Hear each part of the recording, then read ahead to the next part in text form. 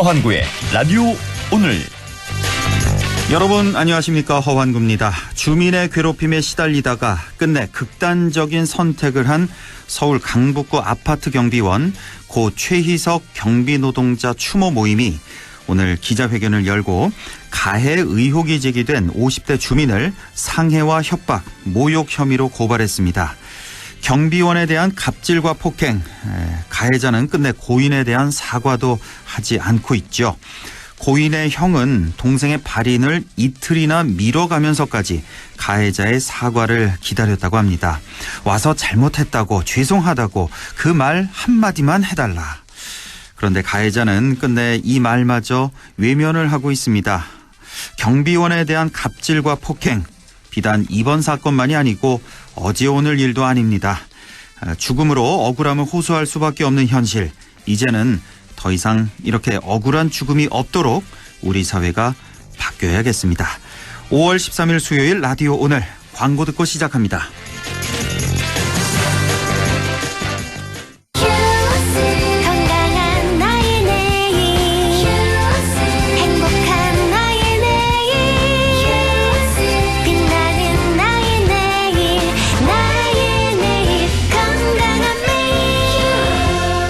건강한 내일을 여는 글로벌 헬스케어 기업 휴원스.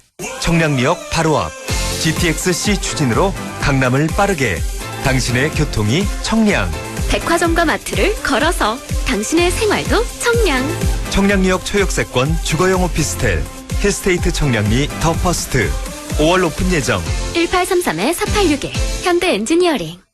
맑은 공기가 집 안으로 들어오니까 청정, 나쁜 공기를 집 밖으로 내보내니까 환기. 공기청정과 환기를 동시에 하니까 청정환기. 이제 창문 닫고 환기하세요. 청정환기 시스템을 나비앤하우스에서 만나보세요. 경동 나비앤. 너가 아버지 쌍용 자동차 다니시나? 아닌데. 근데 우째 차를 그리 잘 샀노?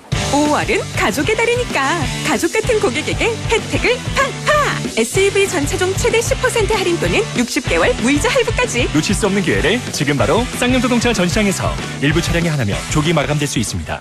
여의도 더블 프리미엄의 중심축을 잡아라. 힐스테이트 여의도. 9호선 색강역, 5구호선 환승여의도역과 금융 업무지구 사이, 원룸에서 3룸까지 다양한 주거형 오피스텔. 제로 금리 시대 특별한 투자 대안. 힐스테이트 여의도. 1833-2367 현대 엔지니어링. 네, 라디오 오늘 수요일 순서 시작합니다. 1부 경제 이야기 미중산업경제연구소 조용찬 소장과 함께하겠고요. 2부 이슈 오늘에서는 지역 지자체들마다 청년 인구 유입을 위해서 많은 노력을 기울이고 있는데요. 지역에서 마을 기업을 만들어 성과를 내고 있는 청년 사업가가 있어서 화제를 모으고 있습니다. 잠시 후 의성의 영농조합법인 푸르른 김성현 대표를 연결해 보겠습니다. 그리고 부동산에 관한 궁금증 풀어보는 시간, 조진의 부동산 매거진도 함께 하시겠습니다. 라디오 오늘 생방송 놓치신 분들 유튜브로도 다시 들으실 수 있습니다. 여러분의 많은 애청 바랍니다. 네, 조용찬의 경제 이야기 시작합니다. 전 세계가 포스트 코로나 시대를 대비하기 위해서 경쟁적으로 혁신성장 정책을 마련 중인데요. 이에 대한 자세한 얘기 나눠보겠습니다. 오늘도 미중산업경제연구소 조용찬 소장과 함께합니다. 소장님 안녕하십니까? 예, 안녕하십니까? 예, 자, 오늘 본론 들어가기 앞서서요. 요즘 중국 우한 상황이 좀 심상치 않아서요. 이 코로나가 완전히 종식된 줄 알았는데 우한 같은 경우 다시 확진자가 나오면서 지금 우한 시민 1,100만 명이죠. 이 1,100만 명 전수조사를 한다는 소식이 있네요. 네, 그렇습니다. 중국은 5월 1일 노동절 연휴를 앞두고요. 세계에서 가장 먼저 코로나 방역에 성공했다고 하면서 외식이나 호텔, 영화관, 여행, 교육, 미용 같은 서비스를 중심으로 해서 사회 정상화를 추진했는데요. 예. 봉쇄가 갑자기 풀리니까 1억 2천만 명이 이동을 했습니다. 이 때문에 10일 이후부터는 연속 10명 이상의 신규 감염자가 지금 발생하고 있는데요. 예. 제2차 유행이 지금 일어나고 있는 상황입니다. 중국에서는 검사 결과 양성이라도 무증상자 같은 경우에는 감염자로 구분하지 않고 있는데요. 예. 그러다 보니 접촉자를 추적을 하지 않고 있습니다.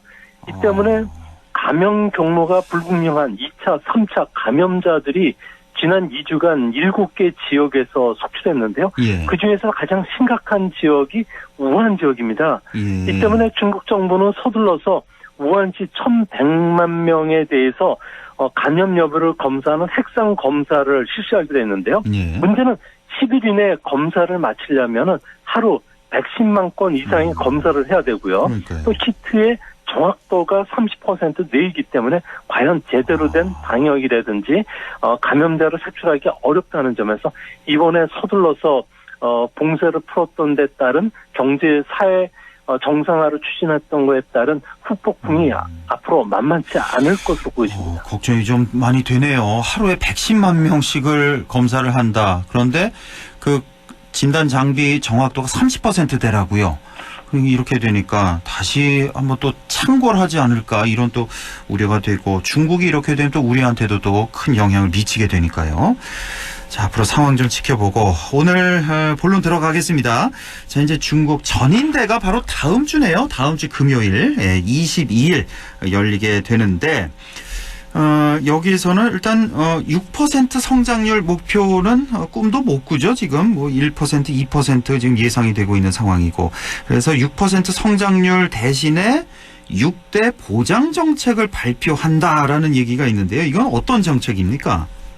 네, 뭐 이코노미스트들의 그 평균 올해 중국 성장률 전망치를 보면은 1.8%에 불과합니다. 예. 이 때문에 뭐 6% 성장을 지키겠다는 바오류 정책은 이제 다시 꺼낼 수도 없는 상황이고요. 네. 이 때문에 사회 안정을 위해서 6가지 보장 정책이라고 하는 류바오 정책으로 정책 목표를 바꿀 것이라고 합니다. 네. 가장 중요한 점은 춘절 이후에 중국에서는 4천만 명 이상의 실업자가 발생을 했고요. 또 시위가 끊이지 않고 있다고 합니다. 마치 화산 위에 앉아있는 불안한 상태이기 때문에 사회 안정을 위해서 취업 보장을 모든 정책의 우선순위를 두고 있고요. 예. 위에도 지금 장바구니 물가가 상당히 뛰고 있기 때문에 민생 보장 정책 그리고 기업들의 줄도산을 막기 위해서 기업 지원 보장 정책 그리고 중국은 무역 의존도가 40% 정도 됩니다.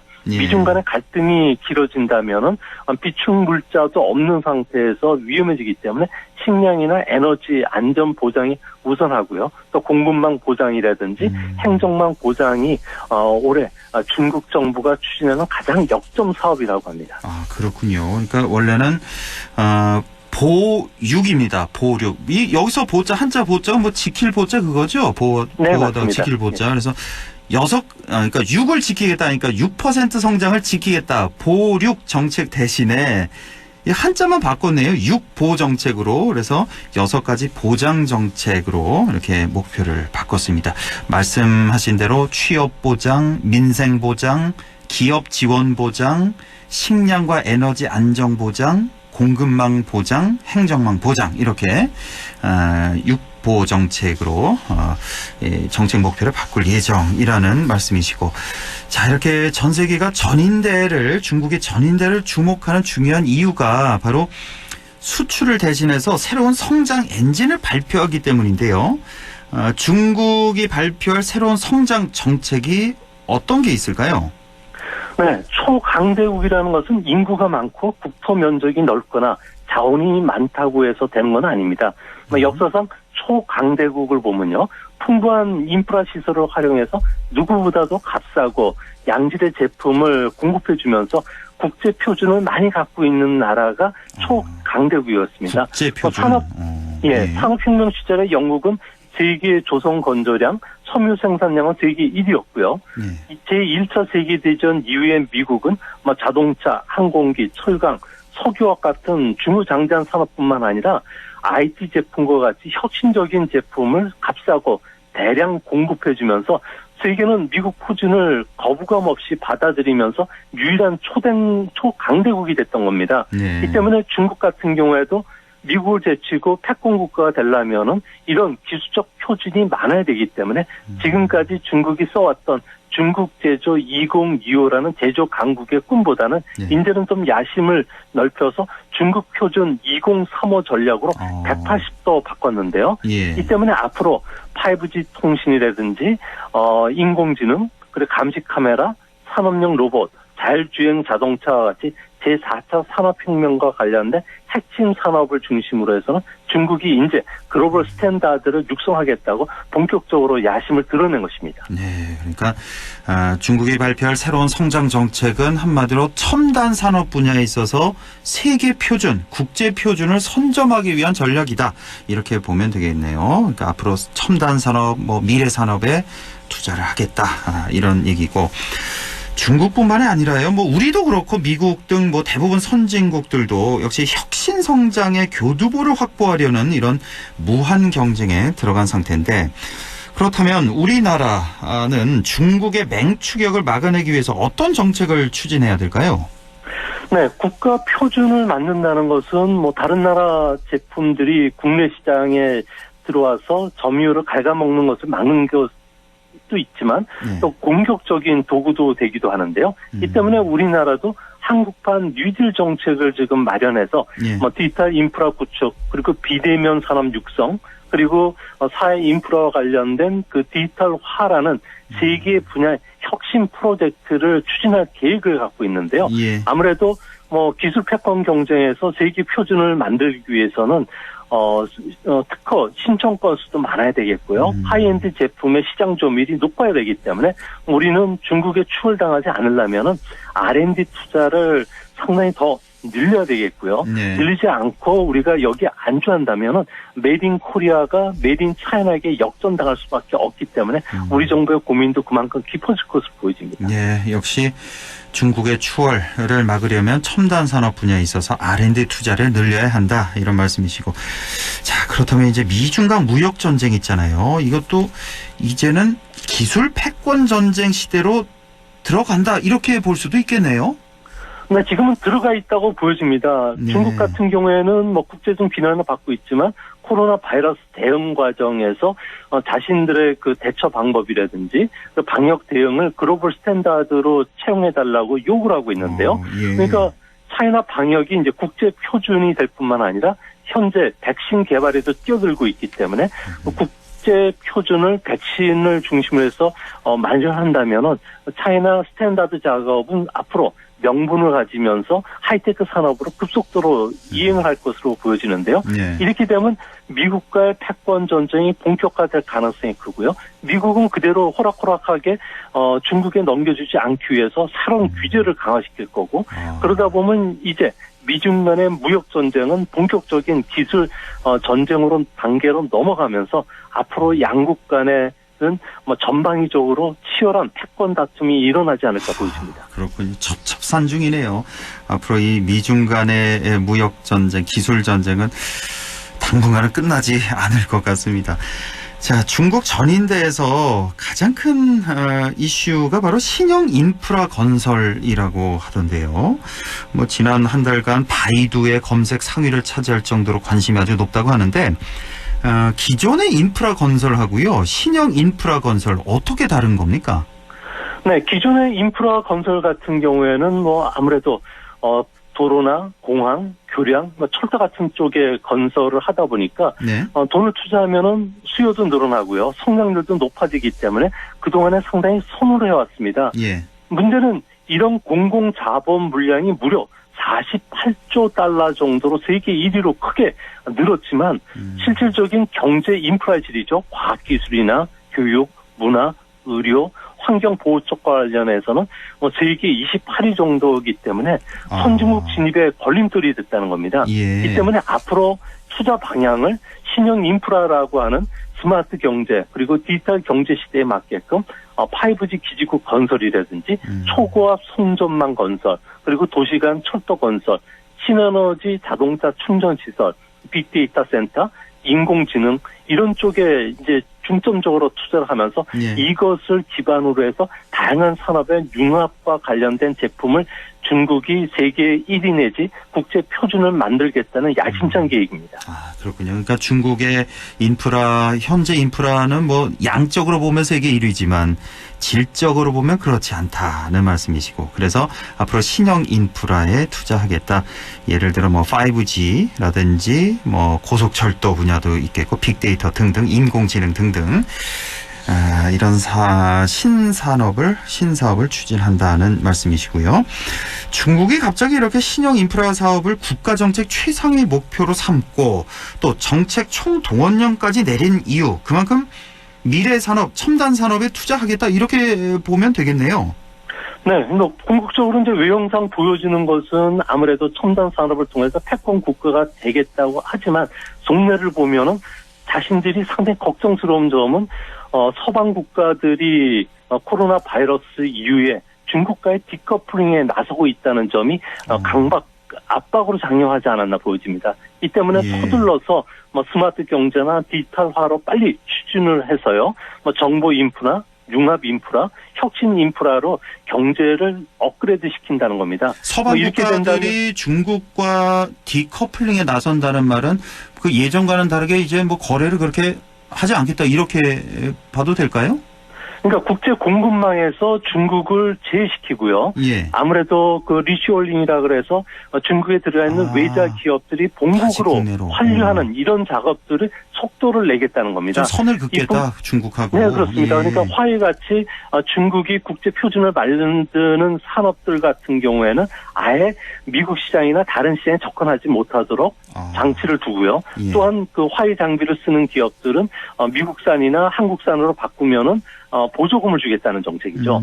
이렇게 되면 중국과 관련된 산업들은 아무래도 고사당할 수밖에 없기 때문에 중국 정부가 서둘러서 경제 산업 구조를 업그레이드 시키는 그런 모습입니다. 아, 그렇군요. 예. 자, 신형 인프라 건설 내용하고요. 또 어떤 산업이 또 최대 수혜주가 될지 좀 예상 좀 해주시죠.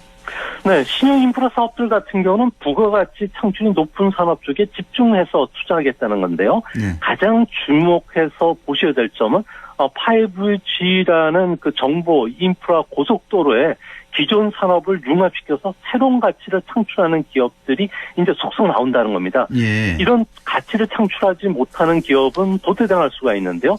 현재 가장 주목받고 있는 산업이 자동차 산업을 업그레이드하는 모빌리티 산업이라는 겁니다. 모빌리티 산업. 예. 네, 자동차와 그리고 이동성을 결합시킨 부분인데요. 예. 이동성이라는 건 자동차 안에 여러 가지 통신 모듈을 두고서 외부 클라우드와 연결된 신형 자동차를 만들겠다는 겁니다. 예. 이렇게 되면은 앞으로 5G라는 정보 고속도로를 기반으로 해서 8K 동영상이라든지 3D 동영상 그리고 텔레워크라 그래서 원격 사무소나 제 지역에 직접 가지 않고도 작업을 진행할 수 있는 것을 말하는 거고요. 예. 클라우드 기반을 둔 대용량의 그 증강현실 게임, 또 스마트 시티, 스마트 홈, 자율주행 자동차와 관련해서는 매일 신산업, 신업태, 신모델이 쏟아지기 때문에 이 시장에서 살아남지 않으면 앞으로 미래를 보장받을 수 없는 세상이 될 것으로 보십니다. 기존의 이제 자동차 산업,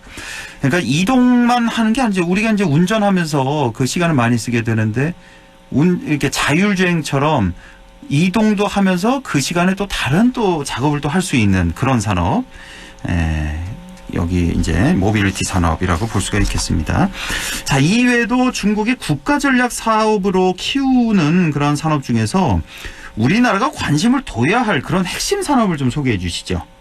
네, 아무래도 AI 산업과 빅데이터 센터가 그중에 핵심이 될 것으로 보여지는데요. 예. 중국은 2023년까지 20개 지역에 인공지능 혁신 발전 실험구를 만들 예정으로 있다고 합니다. 엄청난 자금들을 투자하게 되는데요. 이렇게 되면 AI 기술을 이용해서 두뇌 확장이라든지 신체 기능 확장, 또 커뮤니케이션에 이용이 된다고 합니다. 아무래도 이제 AI 쪽에 그 이용해서 머리에 이런 AI를 심으면은 파킨슨병이라든지 치매도 치료가 되고요. AI를 이용해서 심장이라든지 다양한 그 신체 기능을 확장시키는 것도 쓰게 되고요. 예. 특히 로보틱스 기술 같은 경우에는 아무래도 코로나 바이러스 때문에 감염제형 대화 프로그램이 개발이 됐는데요. 200명의 대상자를 AI가 직접 전화를 하고 인터뷰를 하고 감염자와 관련해서 색출하는 이런 모습입니다. 그래서 이런 것들이 앞으로 뭐 중국뿐만 아니라 전 세계적으로 확산될 것으로 보여지고요. 예. 이와 기반한 디스토피아 사회도 멀지 않은 것으로 보여집니다. 그렇군요. 자, 마지막으로 하나만 더 여쭤보겠습니다. 지금 우리나라가 중국이나 다른 선진국과 경쟁하고 있는 미래의 그 신성장 모델 중에서 시장 발전 가능성이 가장 큰 분야는 어떤 분야로 보세요? 아무래도 우리나라 같은 경우에는 그 응용기술 면에서 아주 뛰어나기 때문에 공중 터치 패널 산업이 이제 각광을 받을 것으로 보여지는데요. 공중 터치 패널 산업? 예, 어떤 쉽게 거죠? 말해서 마이너리티 리포트라든지 아바타에서 보여줬던 3D라든지 그리고 모션 인식 기능이 포함된 그 디스플레이를 말합니다. 디스플레이 같은 경우에는 빛을 내는 여러 가지 그 발광 소자들이 많은데요. 이를 공중에 쏴서 이미지를 결상시켜서 보여주는 이런 기술이 되는데요. 예, 영화 속에서 봤던 기억이 나네요. 예. 네. 그러니까 이런 기술 같은 경우에는 센서가 탑재된 카메라가 손가락의 움직임을 감지해서 공중에 뜬 영상 버튼을 만지면 작동하는 이런 원리입니다. 예. 이 때문에 앞으로 우리나라 같은 경우에는 음식점 주문용 패널이라든지 의료기기 모니터 패널 뿐만 아니라 그 소위 말해서 그 대형 그 공공시설에 간판으로 쓴다든지 디지털 광고 그리고 가정용 TV로 대체할 수 있는 무궁무진한 그 시장이 열리기 때문에 이 부분을 관심 있게 보셔야 될 것으로 보여집니다. 그러니까 우리가 왜 흔히 얘기하는 증강현실, 그러니까 AR이라고 하는 증강현실 말씀하시는 것 같아요. 네, 그렇죠? 증강현실을 보려면은 그 안경을 끼고 특수한 안경을 끼고 그렇죠. 봐야 되는데 예. 이거는 맨눈으로 볼 수가 있기 때문에 또 터치도 가능하기 때문에 이것보다 한 단계 더 진화되어 있는 부분인데요. 앞으로 6G 이동통신이 보급되면은 예. 이게 현실화될 수가 있을 거로 보여집니다. 그렇군요. 예. 오늘 말씀 여기까지 듣겠습니다. 지금까지 미중산업경제연구소 조용찬 소장과 함께했습니다. 고맙습니다. 예, 감사합니다. 네, 라디오 오늘 잠시 후 2부에서 뵙겠습니다.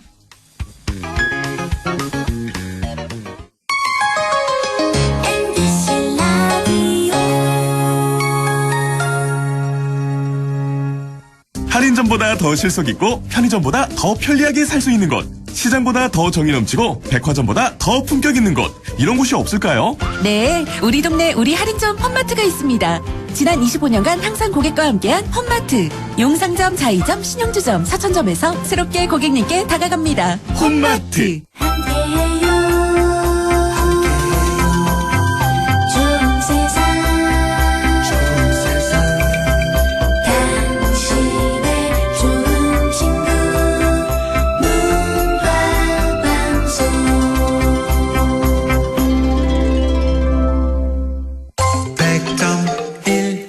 라디오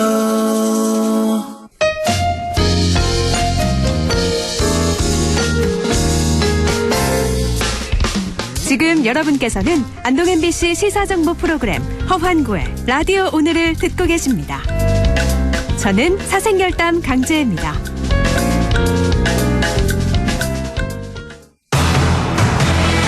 네, 6시 28분 24초 지나고 있습니다. 이슈 오늘 시작합니다. 의성의 영농조합법인 푸르른이라고 있습니다. 들어보셨는지 모르겠는데요. 대한민국을 대표하는 모두의 마을 기업에 선정이 돼서 1억 원의 사업비를 확보했다는 소식인데요. 지역에서 마을 기업을 이끌고 있는 청년 CEO입니다. 푸르른 영농조합법인의 김성현 대표 연결해 보겠습니다. 김성현 대표님 안녕하십니까? 예, 안녕하십니까. 예, 반갑습니다. 30대 청년 CEO시라고요. 맞습니까? 아, 예, 맞습니다. 아이고, 예, 젊은 나이에 참 큰 일을 하고 계십니다. 우선 좀 축하드릴 일이 대한민국 대표 모두의 마을 기업에 선정이 되셨어요. 예, 예. 그래서 1억 원의 사업비를 확보하셨는데 먼저 소감이 어떠신지요? 아, 예, 뭐, 우선 저희가 뭐 딱히 잘한 것도 없는데 이렇게 이제 뭐 대표 기업으로 선정돼서 뭐 너무 기쁘고 또 이제까지 많이 도와주신 분들한테 감사한 마음 뿐이고요. 네. 또 저희가 뭐 이제 지역 청년들이 위주가 돼서 이제 마을 주민들과 함께 뭐 힘을 합쳐서 조금씩 활동한 것들이 또 이제 선정되는데 큰 점수를 얻은 것 같고 또 앞으로 더 열심히 하라는 뜻으로 알고 네. 좀 더 지역 발전을 위해서 더 노력할 계획입니다. 예, 이렇게 말씀 듣고 있는데 제 기분이 왜 이렇게 좋아지는지 모르겠습니다.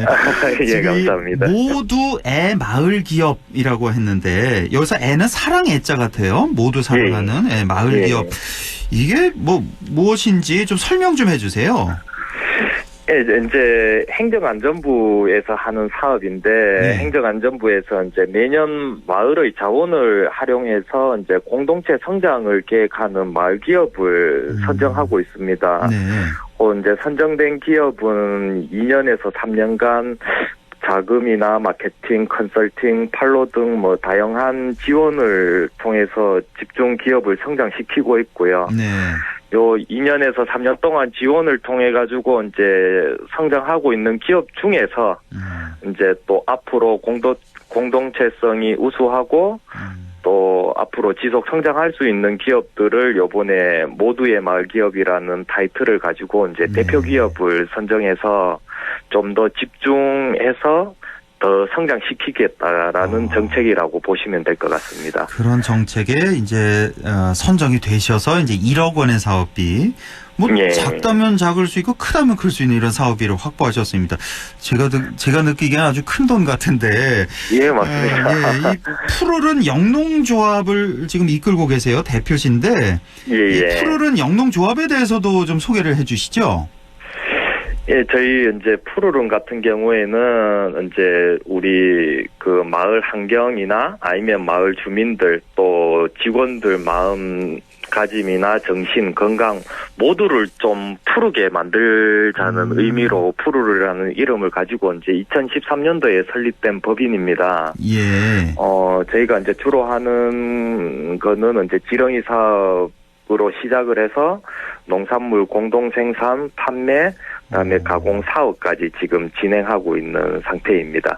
지렁이 사육을 하신다고요? 예. 지렁이 사육이 주력 사업인가 봐요? 처음에 시작할 때 이제 지렁이 사업으로 시작을 하게 됐고요. 이제 지렁이 사육을 하면서, 우리 지역의 이제 자원이 거의 농업 위주다 보니까 농업 활동 또 하면서 거기에서 이제 가공 사업까지 이제 좀 사업을 확대해 나가고 있는 상황입니다. 2013년에 설립된 법인인데 어떻게 이런 아이디어를 내셨어요? 그 7년 전에 지렁이 사업을 해보겠다. 저희도 이제 우연찮게 그 지렁이 사업을 접하게 되었고요. 이제 또 저희도 좀 이제 처음 접하는 사업이다 보니까 생소했었고, 이제 그 생소한 부분을 이제 해소하기 위해서 이제 전국의 지렁이 그 사육 농장을 가서 이제 배우기도 배우고, 또 대학교 교수님들하고 자문도 구하고 논문도 좀 보고 이렇게 해서 이제 시행착오를 저희도 많이 겪으면서 이제 좀 안정하에 들어왔는 단계라고 보시면 될 것 같습니다.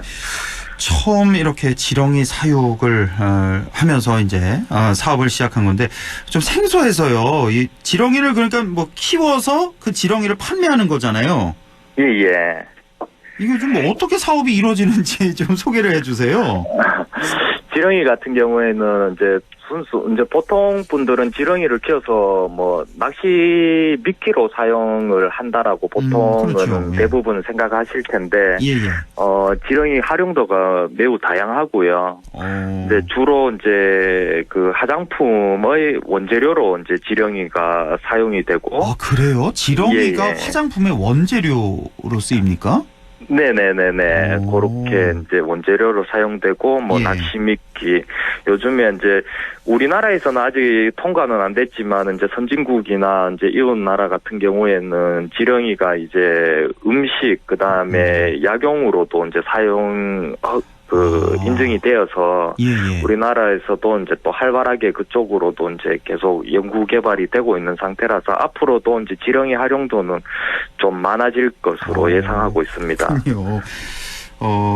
지렁이를 그러니까 쉽게 말해서 길러서 그걸 파는 거잖아요. 네, 맞습니다. 이 수익이 어떻게 나올까 너무 궁금해요. 예를 들어 지렁이 몇 마리 얼마 이렇게 파실 거 아니에요. 예.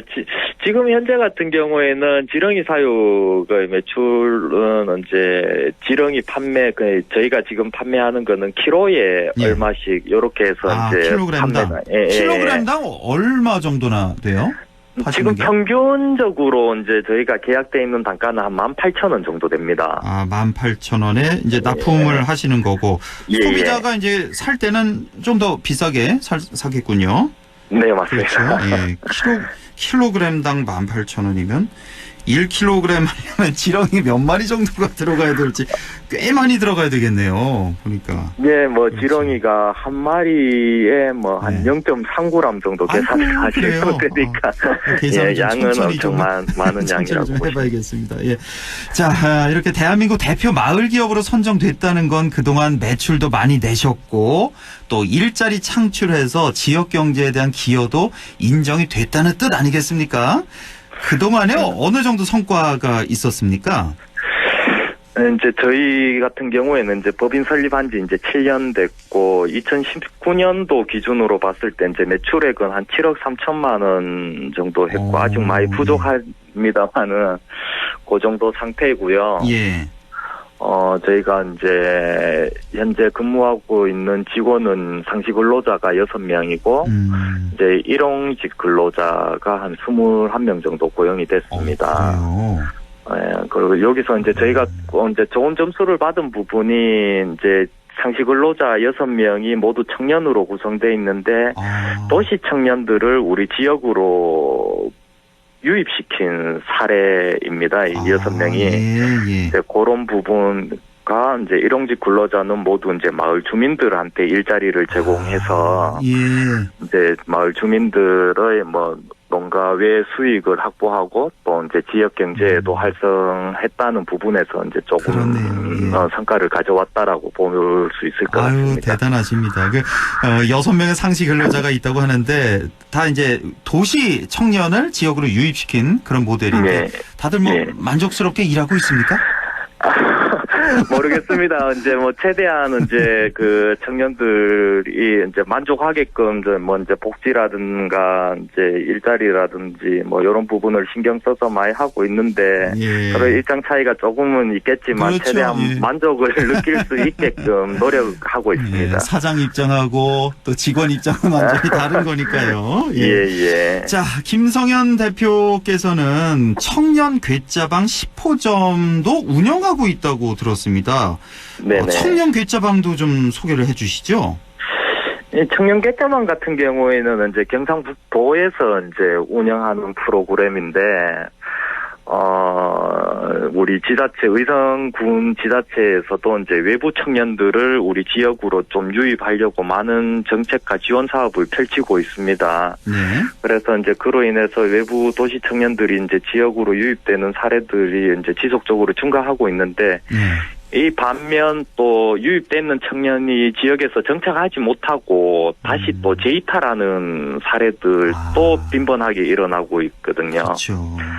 예, 그래서 이제 그런 부분들을 조금 확인하다 보니까 그 청년들이 농사일이 힘들어서 이제 재이탈한다라기보다는 지역 주민들과의 소통이 힘들고 그다음에 이제 농촌 생활, 도시 생활에 이제 적응이 돼 있다 보니까 농촌 생활에 이제 무료함이라든지 이런 부분에서 이제 많은 어려움을 겪어서 이제 그 정착을 하지 못하는 사례를 많이 봐서 우리 청년 괴짜방에서는 이제 그런 청년들을 상대로 일자리라든지 아니면 지역 주민과의 소통, 그다음에 동아리 활동, 컨설팅 이런 부분들을 이제 제공해서 이 청년들이 우리 지역에서 조기에 정착하고 이탈하는 확률을 이제 최소화 줄이기 위한 프로그램을 제공하고 있는 사업입니다. 아이고, 그렇군요. 예. 시작할 때 말씀드렸습니다만은 김성현 대표는 30대 청년이고 의성의 고향이시죠? 예, 맞습니다. 근데 의성을 떠났다가 다시 돌아오셨다고요? 예, 저도 다른 청년들하고 거의 비슷한데, 고등학교까지 이제 의성에서 학업을 했었고, 이제 대학 진학을 하면서 이제 대구로 가서 대학 졸업하고, 대구에서 직장 생활을 하다가, 갑자기 이제 뭐 직장 생활도 직장이 이제 대기업으로 M&A 되면서 이제 직장에서도 조금 어려운 부분이 있었고, 그래요. 또 그때 당시에 이제 부모님도 이제 몸이 갑자기 좀 편찮으셔가지고 어쩔 수 없이 이제 농사를 짓기 위해서 이제 기양하게 된 케이스입니다. 이제 다니던 회사가 M&A 돼서, 근데 결과적으로 보면 뭐 잘 된 거네요. 그렇죠? 그때 당시는 참 많이 힘들고 그렇겠죠. 좀 그랬는데 지금 생각하면은 다행인 것 같습니다. 다행입니다. 그게. 예. 자, 시간이 다 돼서요. 마지막 질문 드려야 되겠어요. 앞으로 그 포부와 계획 간단히 좀 말씀해 주시죠. 예, 저희는 이제 마을 기업이다 보니까 이제 우리 기업도 성장해야 되지만 이제 마을이 지속적으로 성장하는 거에 대해서 이제 목표를 크게 가지고 있고요. 올해 이제 기업의 목표 매출 10억, 상시 근로자 채용 10명을 목표로 하고 있고 충분히 달성할 수 있을 것 같고요. 이런 활동을 통해 가지고 이제 청년들이 다시 지역으로 돌아오고 그 청년들로 인해 이제 아이들 웃음소리, 울음소리가 들리는 활기 넘치는 이제 마을을 만들고 또 의성이 비소멸 도시다 보니까 이런 활동들을 통해서 이제 비소멸 도시로 이제 바꾸고자 하는 게 이제 제 가장 큰 바람입니다. 예, 아유 정말 든든합니다. 김주수 의성 군수님이 참 좋아하시겠어요. 이 방송 들으시면 아주 흐뭇해하실 것 같습니다. 예. 앞으로 일자리도 좀 많이 만들고 매출도 팍팍 늘고 사업 아주 번창하시기 바랍니다. 예, 오늘 말씀 고맙습니다. 감사합니다. 예, 지금까지 의성 영농조합법인 푸르른의 김성현 대표였습니다. 네, 조진의 부동산 매거진 바로 이어가겠습니다. 5월 6일이었죠. 수도권 주택 공급 기반 강화 발표가 있었고 또 8월부터는 전매 제한을 강화하겠다 이런 대책까지 발표를 했는데요. 이와 관련한 내용 알아보죠. 오늘도 LNS 자산운용의 조진희 이사와 함께하겠습니다. 이사님 안녕하십니까? 네, 안녕하십니까. 예, 제가 지금 말씀을 드렸는데 이렇게 뭐 주택 공급을 강화하겠다, 공급을 더 많이 하겠다라고 하는데 그런데 이상하게 부동산 시장이 지금 뭐 들썩들썩한다고요? 오히려 그 공급을 늘리겠다 그러면 부동산 시장이 좀 가격이 좀 떨어져야 되는 거 아닙니까?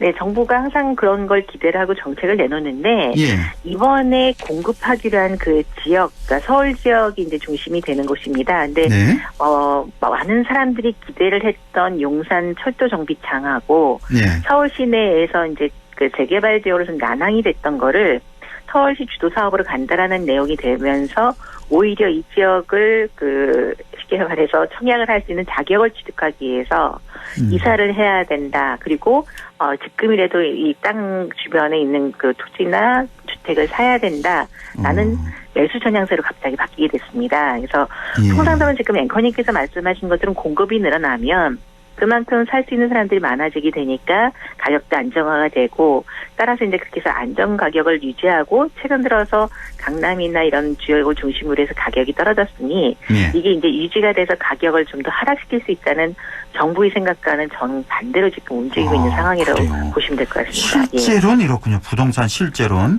이거 정부 관계자들도 이 상황을 알고 있을까요? 예, 그래서 지금 급하게 얘기가 나온 게 토지 거래 허가 규제 강화를 해서 허가제를 하겠다라고 이제 하면서 지금 이제 하루 사이에 살짝 눈치는 보이고 있지만 대부분 아시다시피 이제 서울에 있는 것들이 토지라는 개념 보다는 이제 주택을 끼고 있다 보니까 또 다른 아마 방법들이 나오고 있지 않을까. 예, 그래서 지금 이제 제가 봐도 저도 욕심이 나더라고요, 영상. 그 정도입니다. 예. 그러니까 지금 핵심이 서울 도심에다가 7만 호를 짓겠다. 그리고 2023년 이후에 수도권에 연평균 25만 호를 공급하겠다. 이건데 지금 서울 도심에 짓는다는 게 말씀하신 용산 철도 정비창이라는 데가 있고 용산이 그 서울의 가장 중심이니까. 그렇죠. 여기에 뭐 8천 가구인가요?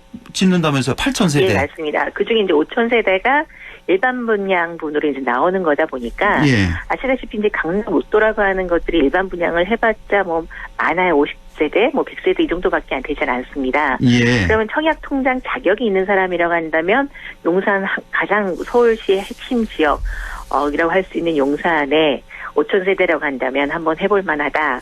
주변에 이제 직장인들 이제 청약 통장을 갖고 있는 자격자들이라고 한다면 당연히 욕심을 내야 되는 상황이겠죠. 아, 그러니까 용산 철도 정비창 그 부지 개발한다는 거 하나 하고 또 서울 도심의 어떤 재개발 지역 재개발을 좀 활성화하겠다. 그래서 공급을 늘리겠다. 이렇게 크게 두 가지 때문에 지금 들썩들썩한다 이거군요. 예, 그렇습니다. 그래서 조진희 이사님도 또 욕심이 날 정도다.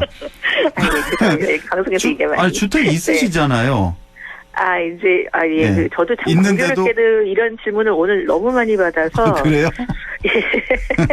그 정도다. 그러니까 그 정도로 아주 좋은 자리에다가 공급을 한다는 말씀이시고 또 하나 좀 여쭤볼 게 그 분양권 전매를 강화하겠다 이런 계획도 발표했잖아요. 이건 무슨 얘기입니까? 아직 이제 정식 발표가 안 났는데 오늘 제가 솔직히 머리가 어지러울 정도로 질문을 많이 받았던 게 용산 철도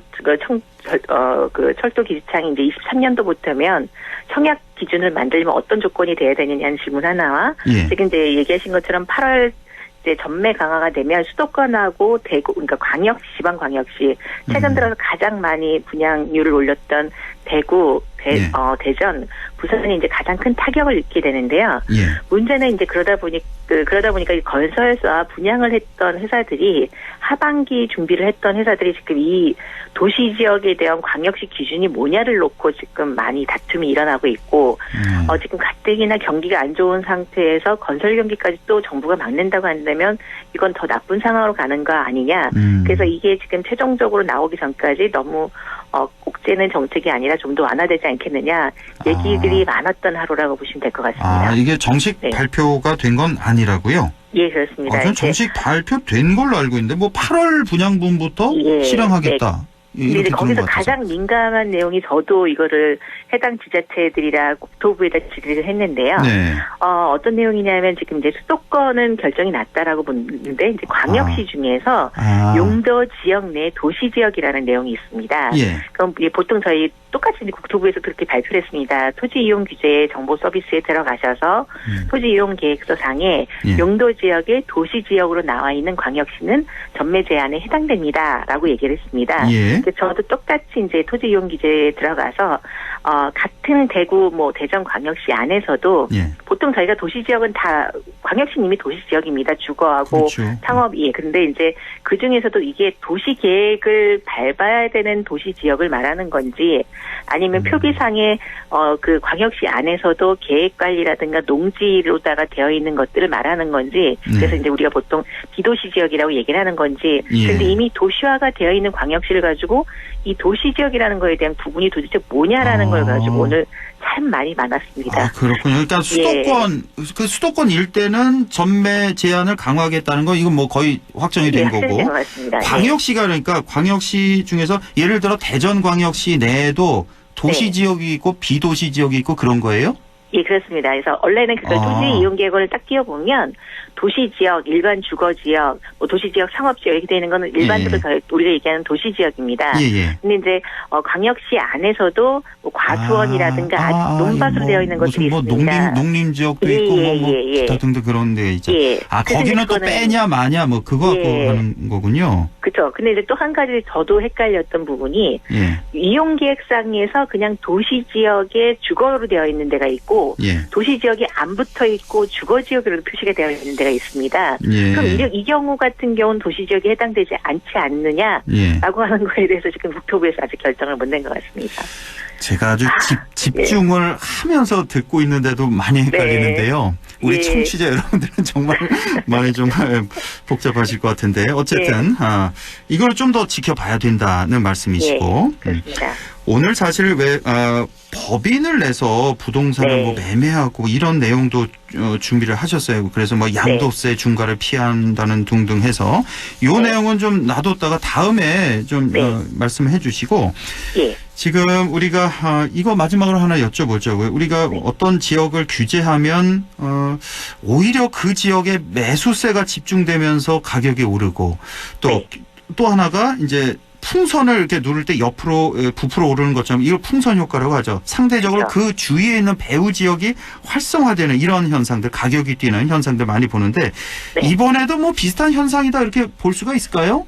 좀 빠르게 나타나고 있는 게 지금 현재 대전광역시 같은 경우는 그동안 청약이 미분양 청약으로 고질적으로 한 3년간 갖고 왔던 청주 지역에서 최근에 급상승해서 매물을 좀 소진하고 있는 형태로 나오고 있습니다. 그리고 오늘 이 8월 전매 강화 발표가 나오고 나서부터 그 지역 중심으로 해서 다시 분양을 계획하는 건설사라든가 의견들이 나오고 있는 상황입니다. 네. 그래서 이제 이번에 광역시를 규제를 하면 광역시 인근에 있는 도시들은 중소도시들은 오히려 살게 되는 거 아니냐 이런 긍정적인 신호도 지금 나오고 있는 상태라고 보시면 될 것 같습니다. 아 그렇군요. 또 그런 네. 풍선 효과가 예를 들어 뭐 대전이라면은 대전 그 주위에 있는 뭐 여러 가지 청주, 충주, 뭐 많죠. 예, 뭐 옥천 뭐 등등 기타 예. 많잖아요. 세종시 그렇습니다. 주변도 뭐 있고 그래서 예, 네. 아 그렇군요. 예, 알겠습니다. 오늘 말씀 여기까지만 들을까요? 오늘 예, 오늘 방송 준비를 굉장히 많이 이렇게 돼 있는데 이거 다음 시간에 놔뒀다가 하는 걸 하시죠? 예, 그렇게 하겠습니다. 예, 이사님 고맙습니다. 예, 감사합니다. 네, 지금까지 LNS 자산운용의 조진희 이사였습니다. 예, 우리 지역 날씨 알아보겠습니다. 김도연 캐스터 전해주세요. 네, 요매치 황사의 스모그가 좀 말썽이었는데요. 아직 그 여파가 조금 남아있습니다. 다른 곳은 괜찮습니다만 안동이 83 마이크로그램 그리고 문경이 81 마이크로그램으로 나쁨으로 나와 있는 상태고요. 다른 곳 영주, 봉화, 청송, 의성 포함해서 다른 곳은 괜찮습니다. 이번 주는 날씨도 기온도 변화가 좀 있습니다. 건강을 더 잘 챙겨주셔야 되겠습니다. 일단 바람이 좀 불겠고요. 건조한 바람이 더해지면서 우리 지역엔 건조주의보도 함께 내려져 있어서 화재 사고 나지 않도록 주의를 해주셔야 되겠습니다. 내일은 기온이 더 올라서 27도 가까이 초여름처럼 덥겠고요. 비가 또 옵니다. 기온이 다시 내려가는데요. 금요일부터 토요일 오전까지 전국적으로 비가 내리겠고 다음 주 월요일과 화요일에도 다시 한번 비 소식이 들어있습니다. 그리고 어젯밤에 필리핀 동쪽 해상에서는 올해 1호 태풍 봉퐁이 발생했습니다. 아직은 우리나라와 거리가 무척 먼데요. 기상청은 이 태풍이 우리나라에 영향을 줄 가능성은 낮을 것으로 예상하고 있습니다. 내일 기온은 안동, 문경, 예천 아침이 9도, 한낮에 27도 나와 있고요. 영주, 봉화 8도에서 26도 분포, 의성, 영양, 청송이 아침이 6도, 한낮에 27도, 상주는 10도에서 28도 분포 예상됩니다. 영주 현재 기온은 어제 이 시간보다 3도 높은 21도, 체감온도 21도, 습도는 28%입니다. 날씨였습니다.